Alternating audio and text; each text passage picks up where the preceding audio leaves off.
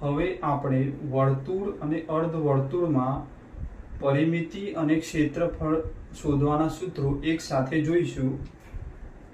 તો વર્તુળ અને અર્ધવર્તુળની આકૃતિ આ પ્રમાણે છે, જેમાં કેન્દ્રથી લઈ કિનારી સુધી દોરેલ લીટીને ત્રિજ્યા તરીકે ઓળખવામાં આવે છે.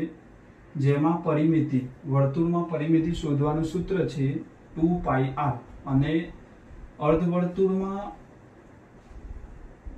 પરિમિતિ શોધવાનું સૂત્ર જે આખા વર્તુળનું છે એના બાય 2 અને બે ત્રિજ્યાઓના સરવાળાથી પરિમિતિ મળે છે. તેથી તેનું ફાઇનલ સૂત્ર થશે πr + 2r. એ અર્ધવર્તુળમાં પરિમિતિ શોધવાનું સૂત્ર છે. અને જો વર્તુળમાં ક્ષેત્રફળ શોધવું હોય તો πr² સૂત્ર બનશે. અને જો અર્ધવર્તુળમાં શોધવું હોય તો આખા વર્તુળનું ક્ષેત્રફળ બાય 2 કરવાથી અર્ધવર્તુળનું ક્ષેત્રફળ મળશે. માટે πr²/2 એ અર્ધવર્તુળમાં ક્ષેત્રફળ શોધવાનું સૂત્ર બનશે. તો આપણે ભૂમિતિમાં અલગ અલગ આકારો લઈ પરિમિતિ અને ક્ષેત્રફળના સૂત્રો વિશે ચર્ચા કરી. Thank you for watching.